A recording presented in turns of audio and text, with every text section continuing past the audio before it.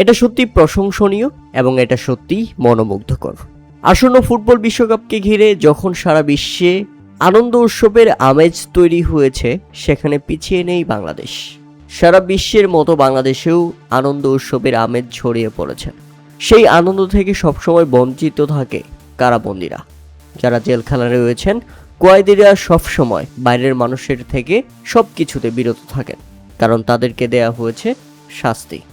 তবে এবার বিশ্বকাপের আনন্দ থেকে কারাবন্দীদের বঞ্চিত না করার উদ্যোগ নিয়েছে টাঙ্গাইল জেলা প্রশাসন। কয়েদিদের মধ্যে বিশ্বকাপের উন্মাদনা ছড়িয়ে দিতে টাঙ্গাইলের জেলা প্রশাসক শরীফা হক কারাগারে জেলখানার জন্য 5টি 32 ইঞ্চি টেলিভিশন উপহার দিয়েছেন।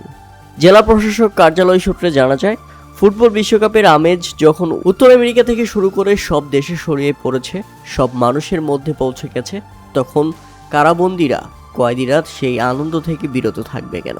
তাই তাদের টেলিভিশন দেওয়ার উদ্যোগ নেওয়া হয়েছে। জেল সুপার মোহাম্মদ আনোয়ার হোসেন জানান, কারাগারের 18টি ওয়ার্ডের মধ্যে 13টি টেলিভিশন সচল রয়েছে, 5টি ওয়ার্ডে টেলিভিশন ছিল না। পরে কয়েদিদের দাবির পরিপ্রেক্ষিতে 32 ইঞ্চির 5টি টেলিভিশন দিয়েছেন জেলা প্রশাসক শরীফা হক।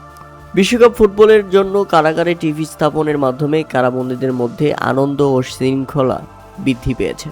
এতে ব্যাপক খুশি সবাই। জেলা প্রশাসক শরীফা হক জানান, নিয়মিত জেলা কারাগার পরিদর্শনে গেলে কারাবন্দীরা তাকে অনুরোধ করেন তাদের জন্য ফুটবল বিশ্বকাপ দেখার ব্যবস্থা করার জন্য। একজন স্বাভাবিক মানুষের মতোই কারাবন্দীরও অধিকার রয়েছে বিশ্বকাপ ফুটবলের আনন্দে শরিক হওয়ার, আর তাদের দাবি পূরণের পরিপ্রেক্ষিতে টেলিভিশন দেওয়া হয়েছে।